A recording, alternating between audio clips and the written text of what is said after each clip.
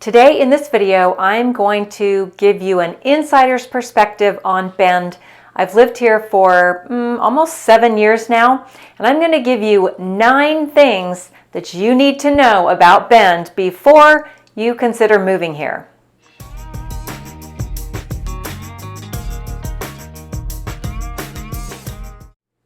Hi, Nora Spangler here with Rogue Real Estate. If you like my channel and think these videos are helpful, would you give it a thumbs up and click that subscribe button? Then you'll get notified every week when I make a new video. And I really want this channel to be interactive, so would you leave a comment for me? Tell me what you want to learn about Bend, what topics interest you, and then I can make a video on those topics. The first thing is, when you come to Bend, you're going to notice a different pace of life here, especially if you come from one of the bigger cities, West Coast, East Coast, doesn't matter where it is. If you're from a larger metro area, Bend is going to seem really slow. Our highway, we don't have a freeway. Our highway speed limit is 45 miles per hour. So if you're speeding down that highway, everyone's going to know you're not a local. Number 2, Bendites, as we're known, are very friendly people. Strangers, people you don't know, are going to wave at you when you're walking down the street, driving in your car. People will pick things up for you if you drop something. People are just super friendly. You might even find someone buying your groceries or your coffee if you forgot your wallet. Number 3, you should know that we have allergy seasons in Bend. Now, these maybe not the same typical allergies that you would have in your area, so you need to understand what allergens are here in Bend. We have juniper and pine allergies that happens this time of year right now. March and April is the big juniper allergy season. In June and July come the grass allergies.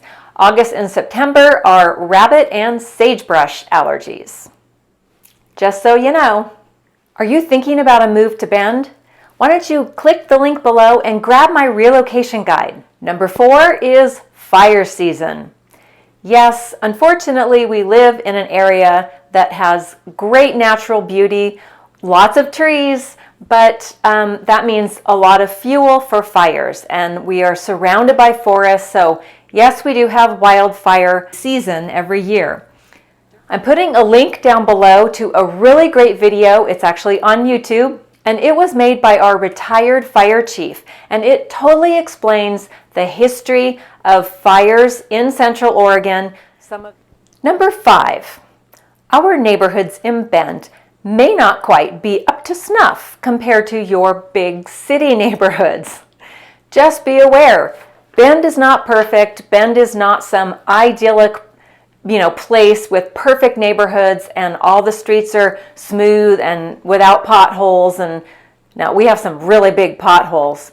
Some of our neighborhoods are not on city sewer services. They are still on septic.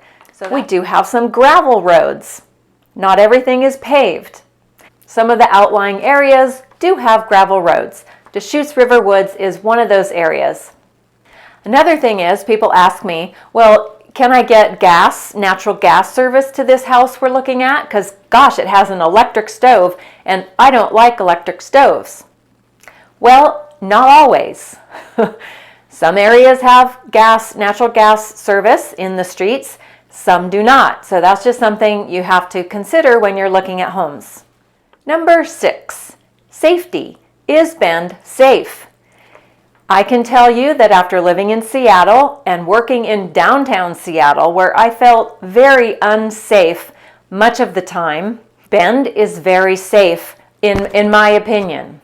We have more property crime and lower violent crime than almost all the other cities in Oregon.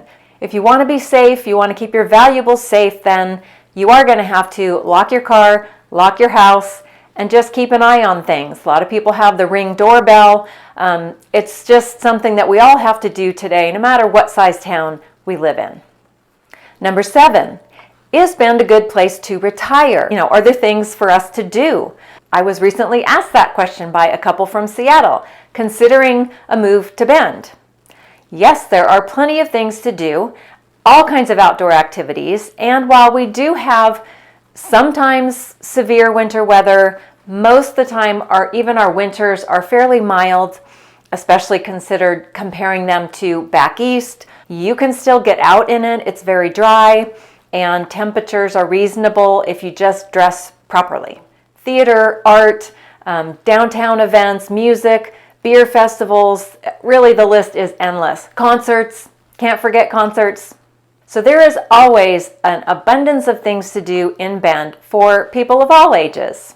Tourist season, yeah, that's a thing.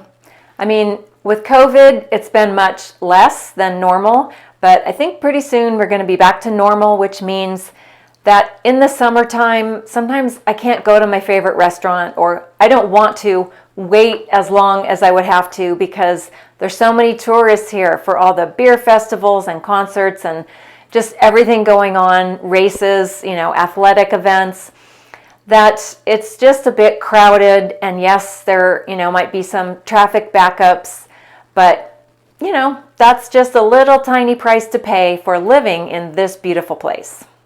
Okay, we made it all the way to number 9. How much snow, rain, what is our weather like? Well, we do have 4 seasons. They do tend to slide into each other, so it can feel like spring one day and then back to winter the next day. We just got a little bit of snow this past week on Monday. So, I think what they say is in Central Oregon, you can experience all 4 seasons in the same day.